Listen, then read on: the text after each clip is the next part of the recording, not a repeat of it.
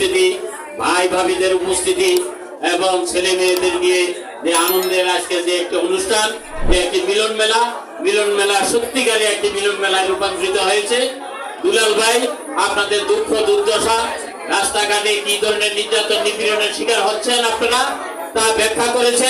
তা ব্যাখ্যা করার আর আমার অবকাশ নেই।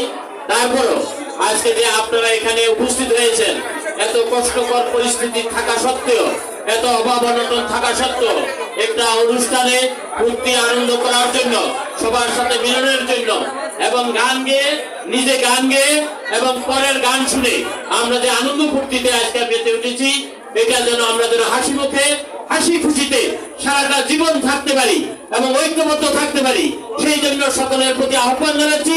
পাশাপাশি আপনারা জানেন, ফেডারেশনের নেতৃত্বের বিরুদ্ধে একটি ষড়যন্ত্র চলছে। এই মালিক গোষ্ঠী সর্বদা ষড়যন্ত্রে লিপ্ত।